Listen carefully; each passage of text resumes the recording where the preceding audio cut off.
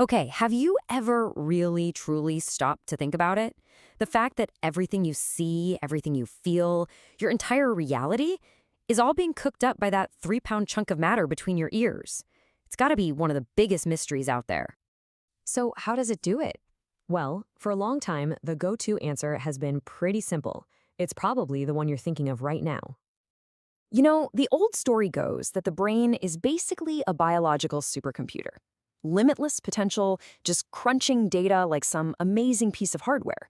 And yeah, that makes a certain kind of sense, right? More power, more complexity equals more intelligence. But what if that's completely backward? There's a new theory making waves that suggests the brain's incredible power doesn't come in spite of its physical limits, but actually because of them. This is the whole idea behind something called Constraint-Critical Neuroscience. It says that the very things that hold the brain back are what make it so brilliant. Okay, so what are these limits? This theory boils it all down to three fundamental, non-negotiable rules that are quietly shaping every single thought you have every second of the day. Let's meet the big three: energy, geometry, and noise. You gotta think of these as the ironclad laws of physics for the brain. It can't break them. All of its genius comes from finding clever ways to work within them. First up, we've got energy. Your brain is on a super strict budget. I mean, it's unbelievably frugal because it has to be. Every single thing it does costs something, so it can't afford to waste a single drop of power. And if you want to get a sense of just how expensive it is to run your brain, get this. That little organ is only about 2% of your body's weight, but it burns a whopping 20% of your energy when you're just sitting around. It's a total energy hog, which forces it to be ruthlessly efficient. So here's a great way to picture this. Imagine your brain is a massive city. The energy constraint, that's the city's power grid. There's only so much juice to go around. You can't light up every building, every home, every street lamp all at once. The grid has to make tough choices and shuttle power only to where it's needed most. All right, next up is geometry. And this is a real physical problem. Your brain has to pack billions of neurons and trillions of connections into the small space inside your skull. You just can't run a wire from any random point A to any random point B. It's physically complex and, you guessed it, incredibly expensive in terms of energy. So let's go back to our city. The geometry constraint is its road network. Think about it. Building a 10-lane superhighway across the entire city would be a nightmare. It's way more efficient to have a bunch of dense, local roads within neighborhoods and then just a few critical highways to connect everything for long-distance travel. And that's pretty much exactly how your brain is wired. And finally, there's noise, or you could call it the precision constraint. See, brain signals are messy. They're variable. The brain's job is to figure out what's an important signal and what's just static. But here's the really cool part. That noise isn't always a bug. Sometimes it's a feature. It allows the brain to be flexible, to explore, to make creative leaps. The key is managing it all without descending into chaos. In our city, this is the traffic control system. It's the system that's always listening. Is that siren a real emergency that needs every road cleared? Or is it just a car alarm that can be ignored? The brain is making these kinds of calls constantly, deciding when to turn up the volume on a signal and when to tune it out. So when you put it all together, you get this amazing picture. The brain's operating system is this constant, beautiful balancing act between its power grid, its road network, and its traffic control. It's by optimizing all three of these together that a mind can even emerge. Now, this is where it gets really mind-blowing. This theory doesn't just explain how neurons work. It gives us a brand new way to think about one of the deepest mysteries of all: consciousness itself. So the idea here is that consciousness isn't some magical, spooky property. It's a very specific state of the system, what's called a constraint-critical state. It's what happens when all systems are go. The major highways and the road network are online, there's enough energy in the power grid to support citywide communication, and the traffic control system is perfectly tuned. When those three things align, bam, you get this unified global awareness. You get you.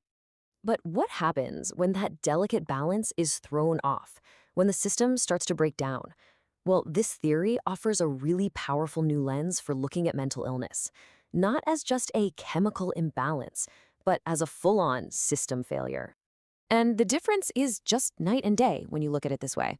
In a balanced brain, energy, geometry, and noise are all working together in harmony. The result is flexible, adaptive thought. But in a disordered brain, one or more of those constraints fails, and it triggers a cascade that results in rigid, painful, and inefficient patterns of thinking. And this gives us a totally new map for understanding these conditions. For instance, you could see schizophrenia as a catastrophic failure in the noise constraint. The city's traffic control system is just broken, sending out false alarms and treating random static as urgent news. Depression could be framed as a failure of the energy constraint, a citywide power outage where there just isn't enough metabolic fuel to get things done. And anxiety, that looks like a noise failure where the city's threat alarms are just stuck in the on position. So after all this, what's the big takeaway? It really asks us to completely change how we think about the brain and its biology. We have to stop thinking of the brain as some piece of abstract software that just happens to be running on messy biological hardware. The hardware, its physical limits, its energy costs, its wiring problems, that is the software. The brain's brilliance, its elegance, comes directly from its economy. And there's this fantastic quote from the source material that just sums the whole thing up perfectly. Constraint is not a limit to cognition, it is its engine. The limits aren't a bug, they are the very thing that force the system to become so clever in the first place. Which leaves us with a pretty deep and fascinating question to chew on. If our minds, our very consciousness, are forged by their physical limits, what does that really mean for human potential? Maybe it's not about trying to break free from our limits, but about learning how to work more intelligently, more beautifully, within them. Welcome to the Deep Dive. Today, we're tackling one of the really big ones, a fundamental mystery in science. How does this 3-pound lump of fatty tissue inside your head, the one using a massive 20% of your body's resting energy, how does that generate something as complex, as seemingly infinite as conscious experience? It's a huge puzzle. And, traditional neuroscience, it often approaches the brain like it's some kind of perfect computer in a vacuum. Right, ignoring the messy reality. Exactly. It ignores that the brain is, well, it's hot, it's noisy, it's got limited bandwidth. Every single thought actually costs metabolic energy. And that's where the old models fall short, isn't it? This huge explanatory gap between the physical stuff and the feeling of being aware. It exists in large part because we often ignore the fundamental physics that govern every neuron. We can't just see the brain as an information processor. It's a biological organ optimized under, frankly, extreme pressure. Okay, so that biological reality forces us towards a pretty radical new way of thinking. This is Constraint-Critical Neuroscience, or CCN. And the core idea here is really counterintuitive, isn't it? That the brain's amazing complexity, its consciousness, its ability to navigate the world, it doesn't happen despite the limits. No. It happens because of them. The limits are actually the driving force. That's the thesis, yeah. CCN basically formalizes the brain as a system solving a kind of economic optimization problem. Constantly. An economic problem. Yeah, it has to maximize its predictive power, its ability to understand and interact with the world while minimizing the physical cost. And it does this under 3 really strict, non-negotiable constraints. And these are the E, G, and N we'll be talking about. That's the triad. Energy E, which is about metabolic efficiency, geometry G, the physical wiring and structure, and noise precision N, which deals with probabilistic control and handling uncertainty. So our deep dive today is really about unpacking the CCN framework. We want to explore how the brain juggles these 3 forces, how it co-optimizes them to create stable thought, consciousness itself. And crucially, how failures in that balancing act, how that might give us a revolutionary new lens on mental illness. This feels like where the biology and the computational theory finally start talking the same language. Exactly. It's a synthesis. Okay, so before we dive deep into the constraints themselves, E, G, and N, we need to understand what the brain is actually trying to do. What's the objective function? What's the goal of all this constrained computing? Right. And the CCN framework doesn't just invent a goal. It anchors itself very firmly in existing powerful theories. Specifically, the free energy principle, or FEP, and its partner, active inference, AIF. FEP. Okay, that's a big one. What's the core claim there? The free energy principle makes this incredibly broad, almost universal claim. It says that all living systems, from a single bacterium all the way up to us, fundamentally strive to maintain their structure, their integrity. Stay alive, basically. Stay alive, stay organized, stay within their expected bounds. And they do this by minimizing something called surprisal. Surprisal. Okay, let's pin that down. What does that mean in practical terms? It's mathematically defined as the negative log probability of sensory states. But think of it like this. Your brain has an internal model of how the world works. Yeah, expectations. Exactly. Surprisal is just a measure of how much the incoming sensory data violates those expectations. How surprising is the world moment to moment given your model? So low surprisal means things are going as expected. Like I press the light switch, the light comes on. No surprise there. Precisely. Your surprisal is minimized.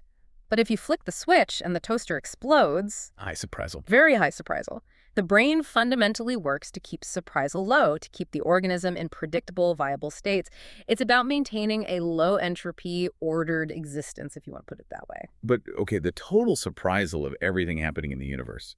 Surely the brain can't calculate that. It's infinite. Absolutely not. That computation is completely intractable, impossible. So the brain does something clever. It doesn't minimize the true objective surprise. It minimizes a proxy. Undid. A stand-in, exactly. It's called the variational free energy, VFE. You can think of VFE as the brain's best internal guess, or maybe an upper bound, on how surprising the sensory input actually is, given its current model. So minimizing this VFE thing is achievable, and it pushes the brain towards minimizing the real surprise. That's the idea. It's a tractable target. If the brain keeps VFE low, it implicitly keeps true surprise low without needing infinite computing power. It's metabolically efficient. And this process of minimizing VFE, that's actually perception. It's perception, it's learning, it's everything cognitive, really. Neural activity, we interpret it as basically performing gradient descent on this VFE landscape. Like rolling downhill towards the lowest point. Exactly. Every time you update a belief like, oh, that noise wasn't a threat, it was just the cat, you're reducing VFE. You're finding a better, more parsimonious explanation for the input. This drives belief updating, which is perception, and it drives model refinement, which is learning. Okay, so FEP covers how we perceive and learn. But we don't just sit there passively receiving data. We do things. That's where active inference comes in. Precisely. AIF extends the principle to action. It argues that we don't just minimize current or past surprise, we actively choose actions to minimize expected surprise in the future. Expected free energy. Expected free energy, yes. The brain is constantly simulating. If I do action A, what's the likely surprise I'll encounter? What about action B? And it selects the action predicted to lead to the least surprising, most preferred outcomes. And this involves that really interesting balancing act you mentioned earlier. The dual optimization, yeah. To minimize future surprise effectively, you have to balance two kinds of value. First, there's epistemic value. Which is about knowing more. It's about reducing uncertainty, gathering information. It's the drive to explore, to poke the unknown, to refine your model of the world. Like, what happens if I do flick that weird switch? And the other side. Instrumental value. This is about achieving your goals, fulfilling your preferences, reaching desired states, like getting food when you're hungry. This drives exploitation, sticking with what you know works. So active inference is the brain's way of deciding, should I explore and learn something new, or should I exploit what I already know to get what I want? Exactly. It's the mathematical framework for optimizing that trade-off, allocating your cognitive and physical resources between finding out more and getting things done. Okay, so we have this elegant picture. The brain aims to minimize surprise, VFE and expected free energy, through perception, learning, and action. Now bring back the constraints. How do E, G, and N energy, geometry, noise fit into this? They are the reality check. FEP and AIF describe the ideal destination, the state of minimal surprise. But E, G, and N define the map and the vehicle. They dictate which routes are possible, which are affordable, and which are too risky. Can you make that more concrete? How does energy limit this? Okay, imagine your brain wants the absolute most detailed, perfect model of the world to minimize VFE. But building and running that model takes immense computation, which costs immense energy. The energy constraint E says, sorry, you only have this much metabolic budget, so the brain has to find a good enough model that fits within its energy allowance. And geometry, the wiring. Geometry G defines the pathways. How fast can information get from A to B? How integrated are different brain regions? The physical structure limits the speed and scope of belief updating and action planning. You can't instantly update your entire world model if the connections aren't there or are too slow. And noise precision. N governs how sensitive the system is to prediction errors, how much weight it gives to new information versus its existing beliefs. It controls the game, the confidence. How much energy do you spend chasing down every little discrepancy versus sticking with your priors? N is about managing uncertainty within the available E and G limits. So the constraints aren't just passive limits. They actively shape the strategy the brain uses to minimize free energy. Absolutely. They define the feasible solution space. You can only minimize VFE as well as your energy budget, wiring diagram, and noise control systems allow. And there's even experimental evidence for this shaping process, like with artificial neural networks. Yes, this is really compelling. If you train artificial neural nets, but you add a penalty for energy consumption, you tell the network, try to solve the problem, but use as little computational energy as possible. What happens? What? They spontaneously develop architectures that look remarkably like predictive coding. They learn to suppress predictable inputs and only signal the errors, just like the FEP suggests the brain does. Wow. So predictive coding isn't just some random biological quirk. It seems to be an emergent, energy-efficient solution that arises naturally when you force computation to happen under strict energy limits. It strongly suggests the brain's core strategies are deeply shaped by these EGN constraints. Okay, let's dig into the first constraint properly. Energy, E. The sheer metabolic cost of thinking. That 20% figure for the brain's energy use is just staggering when you think about it. 2% of body weight using 20% of the resting energy. It's disproportionately huge, 10 times more active than the average body tissue. And the vast majority of that energy, somewhere between 60 and 80%, is going directly into neuronal signaling. Meaning Maintaining the ion gradients across membranes, releasing neurotransmitters, recycling them basically, powering action potentials and synaptic communication. That constant high demand is the ultimate governor. it forces efficiency. Ruthless efficiency. There's simply no metabolic slack in the system for wasteful computation or redundant signaling. Every joule has to count. And one key strategy the brain uses to cope with this is sparse coding. Sparse coding is a direct functional consequence of the E constraint. Instead of having lots of neurons firing all the time to represent something, a dense code, the brain aims to represent information using the fewest possible neurons firing at any one time. Why does that save energy? Because every spike, every action potential costs ATP. Fewer spikes means less energy used. By keeping activity sparse, the brain gets high-fidelity information representation but drastically cuts the total energy bill. It's like data compression almost. Yeah. Maximum information, minimum cost. That's a great analogy. Think about your primary visual cortex, V1. Neurons there are highly selective. One neuron might fire only for a vertical line moving right at a specific speed. Very specialized. Extremely. This maximizes the information carried by each individual spike, but it means that for any given visual scene, only a small fraction of V1 neurons are strongly active. The total spiking load, and thus the energy cost, is kept way down. And we already touched on how predictive coding fits in here as an energy-saving mechanism. It's perhaps the most elegant energy-saving trick the brain has. If the brain can accurately predict the sensory input coming from, say, the eyes. It doesn't need to process it fully. Exactly. It sends a top-down prediction signal that essentially cancels out the expected input at lower levels. The neurons in the early visual pathway don't need to fire as much because the input matches the prediction. So only the difference gets passed up. The error. Only the prediction error, the surprise, needs to be actively encoded and propagated up the hierarchy. This means that expected, predictable inputs are processed incredibly cheaply. Only the unexpected stuff is deemed energetically worthy of full processing. It's a beautiful, self-regulating metabolic filter. But the E constraint isn't just about these moment-to-moment efficiencies, is it? It shakes the brain's capacity over the longer term, too. Absolutely. Energy availability dictates the system's resilience and its capacity for change, for plasticity. Things like forming new memories, strengthening synapses, refining those predictive models. Learning itself is a very energy-intensive process.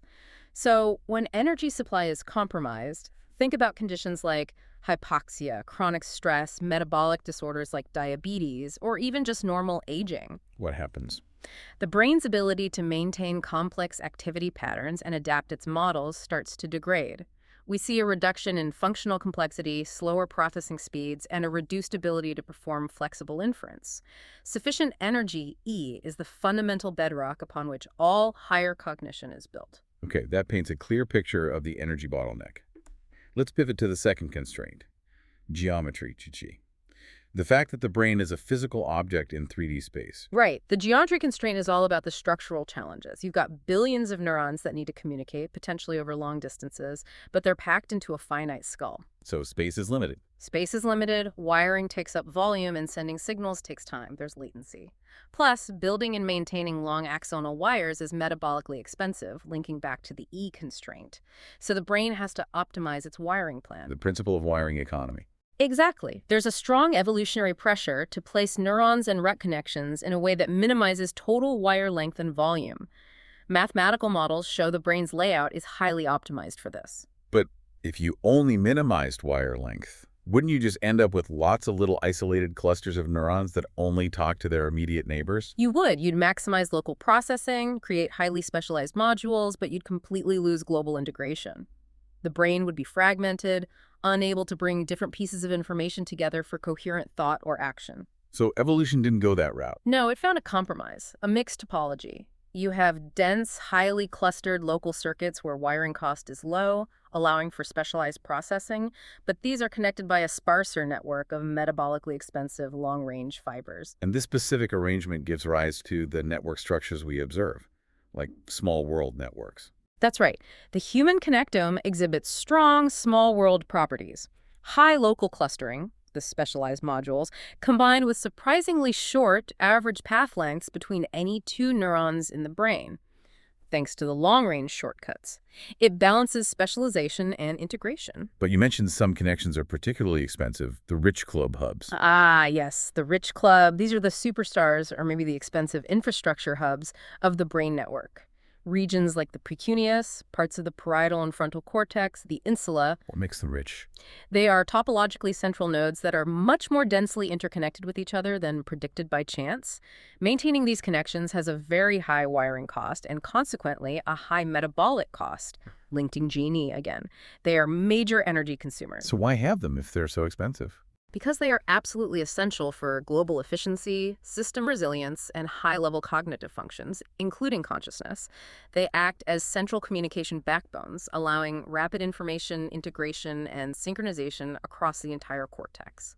The cost is justified by the massive computational benefit for complex tasks. It's a necessary expense for sophisticated cognition. It seems to be. If these hubs are damaged or their function is suppressed, you see catastrophic failures in global coordination, like in coma. Okay, I need to push back a bit here. This idea of expensive central hubs. Yeah. It feels evolutionarily risky. Couldn't a more decentralized system achieve similar integration with lower vulnerability? Why concentrate the cost and the control? That's a really important challenge, and it gets to the heart of the EG trade-off. Yes, a purely decentralized system might save some baseline energy, but think about the speed of integration. It would be slower. Potentially much slower. Getting information from one side of the network to the other might require many more intermediate steps. The rich club architecture provides express lanes, rapid broadcast capabilities, and crucially, resilience. How so? While damaging a hub is bad, the dense interconnections within the club mean the rest of the club can often compensate or reroute information, maintaining global function better than if connections were purely random or local. It's like having multiple redundant backbones on the internet. The centralization, despite its cost, buys speed and robustness that might be critical for survival. Evolution seems to have decided that cost is worth paying. Okay, that makes sense. And this whole geometric layout, the map of connections, it also determines how easily the brain can shift its state. This brings us to network controllability theory, NCT. Right. NCT provides a mathematical way to analyze how the brain's network structure determines its ability to transition between different patterns of activity, different cognitive states. It essentially asks, how easy is it to steer the brain? And there are different kinds of controllability. Two main types. First, average controllability. This measures how easily the network can be moved into many nearby easily reachable states. These transitions typically require low energy input. Like routine thoughts or actions. Exactly. Think of well-practiced skills, default mode thinking. And guess which nodes are primarily associated with high average controllability? The rich club hubs. Rich club hubs. Their central position allows them to efficiently coordinate these common low-energy state transitions. Okay, what's the second type? Modal controllability. This measures the ability to push the network into difficult-to-reach states that are distant from the current one in the brain's dynamic landscape. These transitions often require more energy and more specific, targeted inputs. So this is about flexibility, shifting gears. Precisely. Modal controllability is linked to cognitive flexibility, creativity, the ability to disengage from a current state and jump to a completely different one. And these control points are often found in less central, more peripheral nodes. They provide the levers to access novel or rare brain states. So the brain's physical geometry, its wiring diagram, literally encodes the limits and possibilities of our own mental flexibility. It defines the landscape of achievable thought. Damage to specific nodes can selectively impair either the ability to maintain stable states, average control, or the ability to switch between them, modal control, directly linking structural geometry, G, to dynamic cognitive function. All right, we've covered the energy budget, E, and the wiring diagram, G. Now for the third constraint, noise, or maybe better termed, precision, N. This idea that neural variability, what we used to just dismiss as noise, is actually functional. That's a big conceptual leap. It really is. For decades, noise was seen as just, imperfect biological hardware. But the Bayesian brain perspective and FEP completely reframes it. Neural variability isn't just a bug, it's a crucial feature. Why is it crucial? Why not have a perfectly clean deterministic signal? Because a purely deterministic system would be incredibly brittle. It would easily get stuck in suboptimal states, it would overfit its models to past experience, and it wouldn't be able to generalize or explore effectively. Optimal brain function seems to require operating near a sweet spot, a critical point between perfect order and complete chaos. Noise provides the necessary flexibility. So the random-seeming fluctuations in neuron firing rates, they're part of the computation. They are essential for approximating complex Bayesian inference. Think about it. The brain needs to represent uncertainty, probability distributions, not just single point estimates. How can a network of neurons represent a probability distribution? Wow. One way is through stochasticity. The fluctuations in neural activity can be seen as the brain drawing samples from its internal posterior probability distribution, its current best guess about the state of the world, including the uncertainty. It's a computationally cheap way to handle probabilities. Trading perfect accuracy for workable approximation, saving energy again. Exactly, it ties back to E. Instead of calculating complex Bayesian updates exactly, the brain uses noisy sampling. Okay, and within the predictive coding framework we discussed, this noise isn't just random, it's managed or weighted by precision. Yes, precision weighting is absolutely key. Precision is essentially the brain's estimate of the reliability or certainty of a signal. Mathematically, it's the inverse of variance. So high precision means high confidence. High confidence, low uncertainty. Think about sensory input. If you hear a very clear, loud sound in a quiet room, your brain treats that sensory evidence as high precision.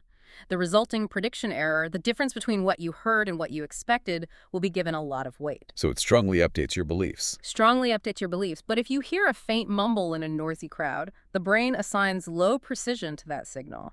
The prediction error is downweighted. It doesn't have a big impact. And the brain relies more on its existing beliefs, its priors. Exactly.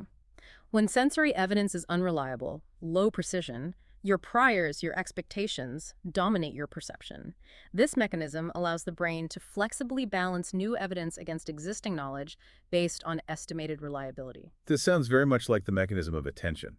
You turn up the volume on signals you deem important or reliable. It is precisely the algorithmic implementation of attention. Attention is the selective optimization of precision. You allocate higher precision to sensory inputs or internal thoughts that are relevant to your current goals, effectively boosting their influence on your beliefs and actions. And this allocation itself costs energy and is guided by the task context, AIF.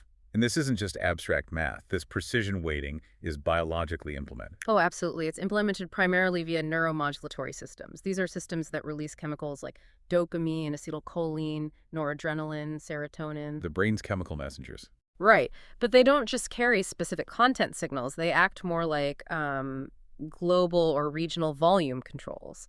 They adjust the gain or sensitivity of large populations of neurons, effectively tuning their precision. Okay, let's break down the main players. What's dopamine's role in precision? Dopamine is heavily implicated in processing rewards, motivation, and action selection. Computationally, we think it primarily modulates the precision of reward prediction errors, the difference between expected and received rewards, and also the precision associated with different action policies. So, High dopamine might mean high confidence in a particular action leading to reward. Something like that. It signals the expected reliability or value of cues and actions, strongly influencing learning and decision-making, particularly driving exploitation of known rewards. What about acetylcholine? Acetylcholine seems crucial for regulating the precision of sensory information, particularly in the cortex. It helps control the balance between bottom-up sensory drive and top-down predictions. So it might sharpen perception. Exactly. High acetylcholine levels are often associated with focused attention, enhancing the influence of external sensory stimuli, boosting their precision, which is important for learning new information or navigating complex environments. It supports exploration. And noradrenaline. Yeah. Often linked to arousal. Noradrenaline acts often as a more global game controller. It tunes the overall arousal level and seems to report on unexpected uncertainty or volatility in the environment. A sudden burst of noradrenaline, like in a startle response, can effectively increase the precision of all incoming sensory information momentarily, overriding existing priors and forcing the system to reevaluate the situation urgently. It signals that the overall model might be wrong. It's fascinating how these chemicals implement such specific computational functions.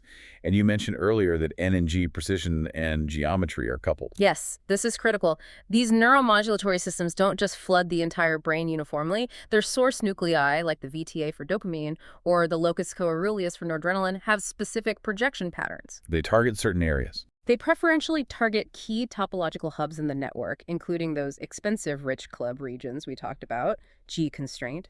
Think about dopamine flooding the striatum, a major hub for action selection. Why target the hubs? Because targeting the hubs allows for targeted stochastic control.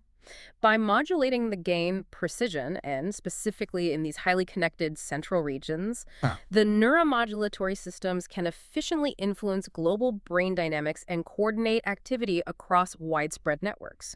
It's like adjusting the volume controls at the main mixing desk rather than trying to tweak every instrument individually. So the brain's geometry provides the leverage points. Yes. And the neuromodulators provide the fine-tuning signals to exploit that geometry for precise, context-dependent control of information flow and uncertainty. That's the NG coupling. It's how the brain implements flexible, adaptive control over its own complex dynamics, all within the bounds of its energy budget. Okay, we've got the three constraints: energy, E, geometry, G, and noise precision, N. We understand how they individually shape brain function. Now, the big synthesis in CCN. How does their interaction, their co-optimization, relate to consciousness itself? The core hypothesis here is that consciousness isn't just a thing the brain has or does. It's an emergent property of a specific dynamical state that arises when these three constraints, E, G, and N, are balanced in a very particular optimal way. A constraint-critical state, you called it. Exactly. Think of criticality like a system poised right at the edge of a phase transition, like water about to boil. It's a state of maximum complexity, maximum sensitivity, maximum flexibility. We propose that the subjective experience of consciousness is the internal signature of the brain operating in this highly optimized, high-complexity, metastable regime. Metastable, meaning it's stable, but poised to change easily. Precisely. It's not rigidly locked, nor is it chaotically random. It flows. It adapts. This critical state is achieved when you have high functional integration across the network, enabled by optimal G, sufficient energy supply to fuel that widespread, coordinated, recurrent activity, E providing the resources, and effective precision modulation, keeping the whole thing dynamically stable and focused, and managing the uncertainty. So if the system deviates too much from this critical point, consciousness fades or alters. If you move towards subcriticality, maybe due to low energy, E failure, or network disconnection, G failure, the system becomes too ordered, too fragmented. Think deep sleep, coma, anesthesia. Information can't integrate globally. and the other direction, supercriticality. That's potentially moving towards chaos.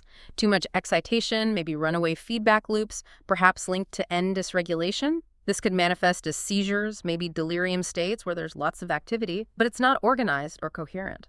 Consciousness requires that delicate balance right at the edge. How does this constraint lens help us understand existing theories of consciousness?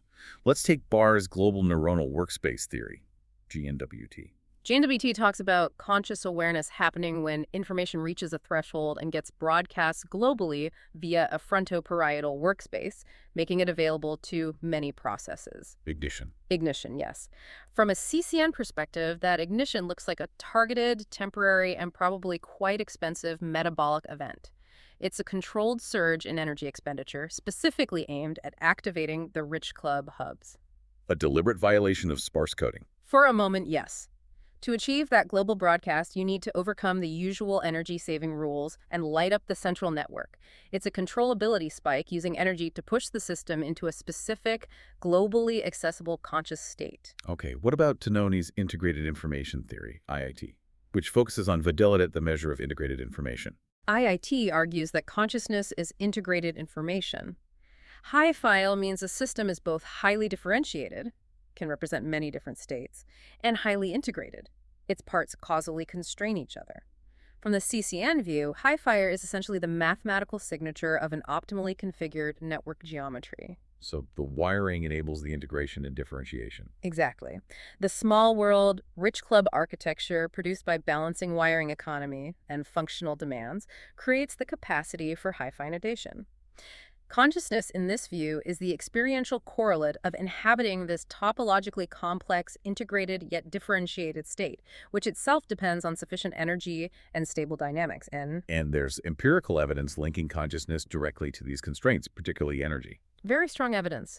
Those PE scan studies looking at patients in various states of consciousness emerging from coma under anesthesia consistently find a metabolic floor. The 45% threshold. Roughly, yes. Below about 45% of normal resting brain metabolism, particularly in those key frontoparietal rich club regions, sustained conscious awareness seems impossible. It's a clear demonstration that a minimum level of energy expenditure, E, is non-negotiable for maintaining the complex dynamics underlying consciousness. E failure leads to conscious collapse. And complexity measures, like the Perturbational Complexity Index, PCI. PCI is fascinating. You give the brain a magnetic pulse, TMS, and measure the complexity of the resulting EEG response. In conscious states, wakefulness, REM sleep, the response is complex and widespread. In unconscious states, deep sleep, anesthesia, coma, it's simple and localized. What did that tell us in constraint terms? Low PCI indicates a breakdown in the system's ability to integrate information globally. It reflects a failure of effective connectivity, likely due to either insufficient energy to sustain the complex interactions, or a breakdown in the network topology itself, G, particularly the function of the rich club hubs.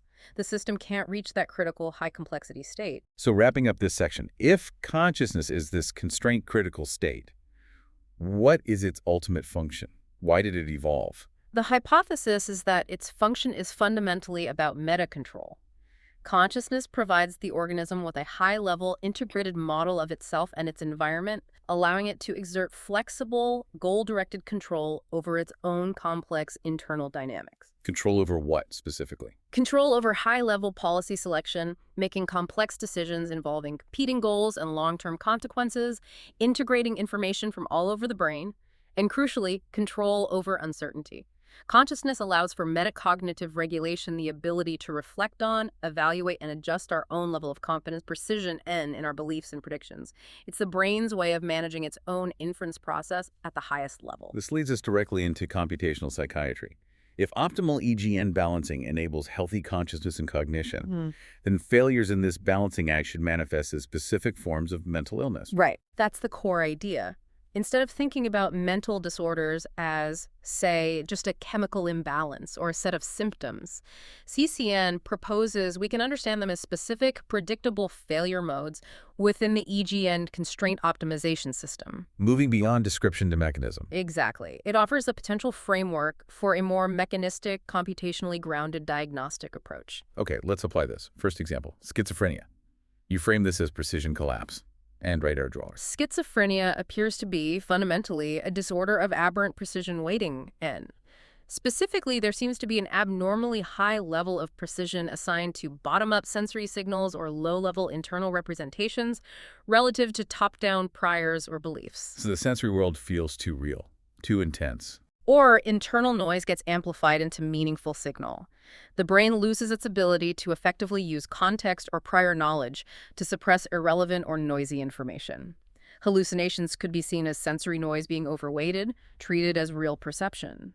Delusions could be the brain's attempt to build a coherent narrative around these aberrant, high-precision experiences. It's the mechanism. There's strong evidence linking positive symptoms like hallucinations and delusions to striatal hyperdopaminergia.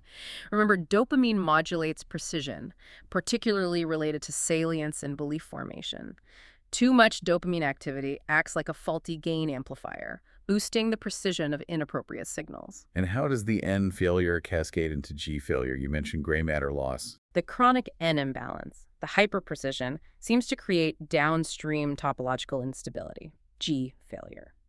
The constant bombardment with inappropriately precise prediction errors might disrupt the stability and function of higher-level integrative circuits, particularly in prefrontal and cingulate cortices, key rich club regions. Over time, this could contribute to the gray matter loss and compromised network connectivity observed in schizophrenia, further impairing the ability to maintain coherent, reality-based beliefs. A vicious cycle. Okay. Next. Major depressive disorder, MDD. You link this to energy deficit and agency collapse. Computationally, MDD can be modeled under active inference as a state where the brain persistently predicts that actions will be futile or excessively costly. There's a high expected cost of control, a low expectation of success, essentially, learned helplessness formalized, Of failure of agency. a collapse of perceived agency, and CCN grounds this computational failure in the energy constraint. Clinically, we often see evidence of hypometabolism, reduced energy use, specifically in brain regions crucial for motivation, planning, and effortful control, like the anterior cingulate cortex, ACC, and parts of the thalamus. Are there specific biomarkers for this energy deficit? Yes, magnetic resonance spectroscopy, MRS, studies sometimes find reduced levels of key neuroenergetic metabolites, things like creatine, N-acetyl aspartate, maybe glutamate in these areas in depressed individuals. It suggests a literal energy crisis in the circuits needed for proactive behavior. So the E failure limits N. Precisely. If the brain lacks the metabolic resources, E-deficit, it simply cannot fund the energetically expensive computations needed for flexible inference, planning optimistic futures, or generating the effort to act, N-failure. The system gets locked into low-energy, passive, pessimistic predictions because it lacks the resources to explore alternatives. Cognitive rigidity and behavioral passivity are direct consequences of this E-right arrow null or failure mode. It makes the feeling of being unable to try horribly concrete. What about anxiety disorders? You frame this as maladaptive threat precision. N right arrow AIF. Anxiety disorders look like a problem of aberrant precision weighting, but focused specifically on threat. The core issue seems to be an overly high and inflexibly maintained precision assigned to the prior belief that negative outcomes or dangers are likely. So the brain is just too certain that something bad will happen. Yes, it's pathologically confident about threat, and this hyper-precise prior resists updating even in the face of contradictory evidence. This warps the active inference calculations, AIF. How does that affect behavior? If you're highly certain of future threat, the optimal policy under AIF is often avoidance or safety behaviors. These actions minimize the predicted and feared surprise. This leads to the characteristic avoidance patterns seen in anxiety. And is there a feedback loop here with energy? N right R. Absolutely. Maintaining this state of high threat precision, N, keeps the sympathetic nervous system chronically activated, the fight or flight response. This constant physiological arousal is metabolically very expensive, leading to energetic depletion, E, over time, potentially contributing to fatigue and burnout, often seen alongside anxiety. Pharmacological treatments, like SSRIs targeting serotonin, might work partly by reducing this maladaptive threat precision, allowing priors to become less rigid. Fascinating. Lastly, autism spectrum disorder, ASD, which you describe as involving both N plus G failures, atypical precision and integration failure. ASD presents a complex picture, but a prominent hypothesis within the predictive coding framework is that there's an atypical balance of precision, N. Often it seems there's an increased reliance on, or higher precision assigned to, bottom-up sensory input. Leading to sensory hypersensitivity. Potentially, yes. Sensory experiences might feel overwhelming because they aren't being sufficiently attenuated by top-down predictions. This might be coupled with difficulties in forming higher-level abstract predictions or priors, making it harder to generalize or predict complex patterns like social dynamics. And the geometry G component. Alongside the atypical precision, studies often report differences in brain connectivity in ASD. This can include atypical patterns of long-range functional connectivity and sometimes delays in the development of typical network modularity and rich club organization, G disruption. So you have potentially over-precise low-level signals, Yes. N, Yes. combined with a network architecture that struggles to integrate those signals effectively into a coherent, generalized world model. That's one way to conceptualize it. The combination of excess sensory precision, N, and challenges in large-scale topological coordination, G, could explain features like intense focus on detail, sensory sensitivities, difficulties with abstraction or understanding implicit social context, and the reliance on routine and predictability, which helps minimize the overwhelming prediction errors generated by an atypically precise, yet globally fragmented inferential system. So it's clear these constraints aren't independent silos. The real power of CCN seems to be in understanding their deep interdependence. Dysfunction in E ripples through N and G and vice versa. Exactly. The interactions are key. Let's reemphasize those couplings. First, E left-right RE-null or $, resource-bounded uncertainty. Energy limits how precisely you can track uncertainty. Right. Performing fine-grained Bayesian inference, constantly updating probabilities, tracking variance that's metabolically costly.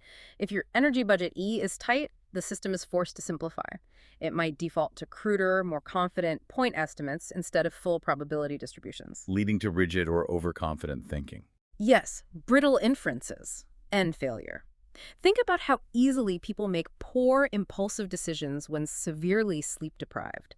Sleep deprivation is a state of E failure, and it immediately impacts judgment and uncertainty handling N. Okay, then G left-right arrow E. Topology versus cost. The structure depends on the budget. This is that evolutionary and developmental balancing act. Building and maintaining the complex, highly connected, rich club hubs is incredibly expensive in terms of wiring and metabolic energy.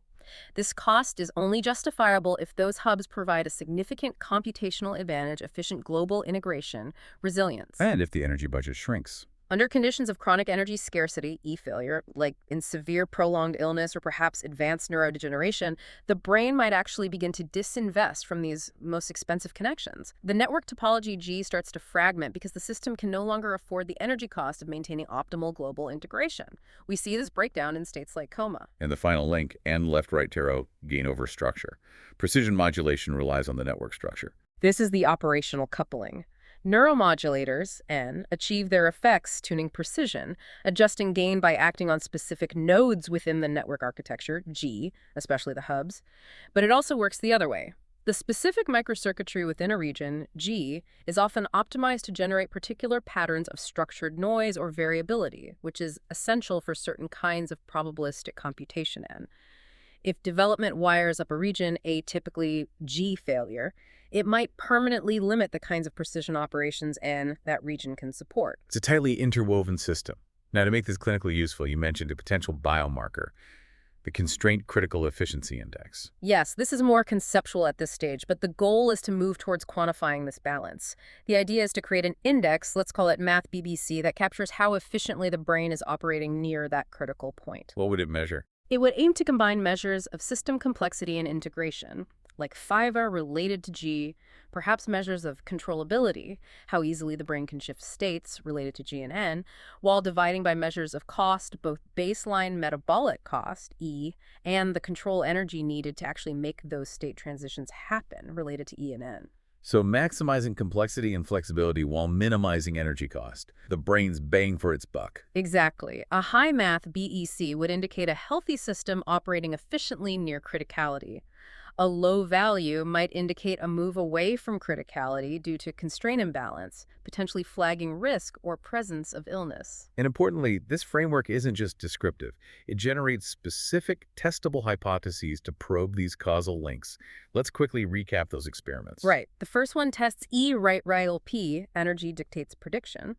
The idea is to use targeted methods, maybe pharmacogenetics, to disrupt mitochondrial function, create a localized E failure, specifically in the cortical neurons thought to signal prediction errors. What should happen? If predictive coding relies on energy, then even if the network structure G is intact, These neurons shouldn't be able to effectively signal error suppression.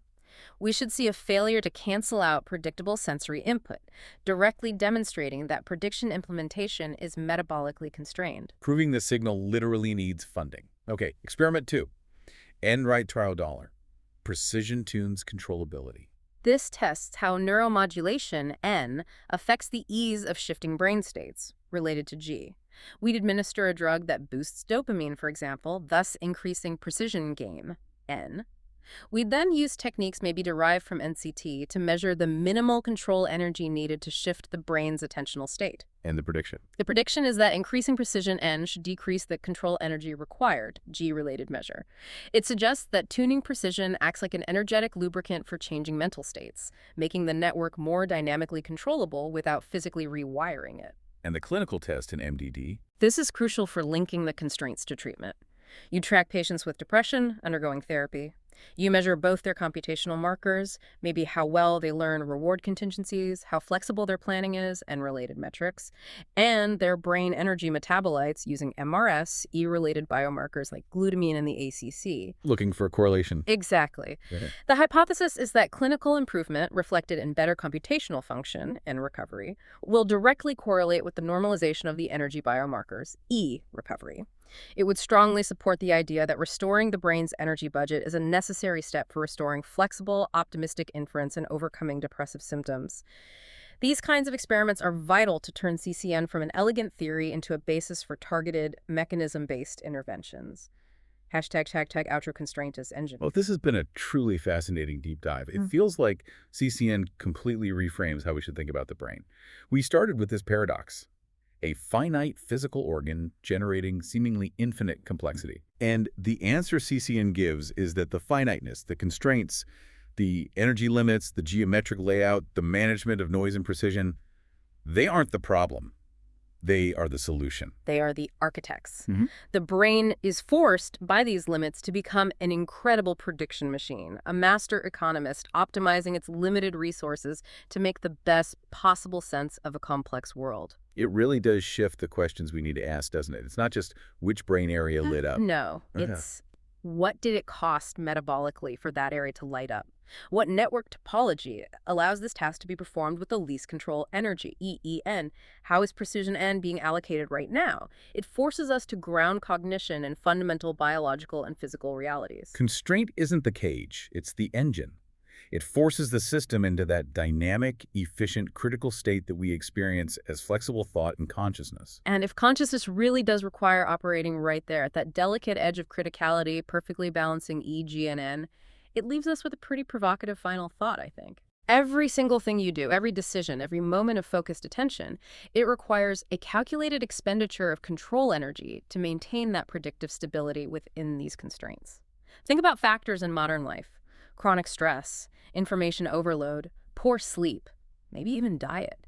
These could be subtly pushing our EGN balance away from that optimal critical point, making us more fragile, less efficient. Or maybe, could certain practices, like mindfulness or specific types of training, potentially help optimize that balance? Yeah. Push us towards greater efficiency? Perhaps. The intriguing question for you, the listener, is how much metabolic energy, how much control energy are you spending right now just to maintain your current state of understanding, your predictive model of this conversation?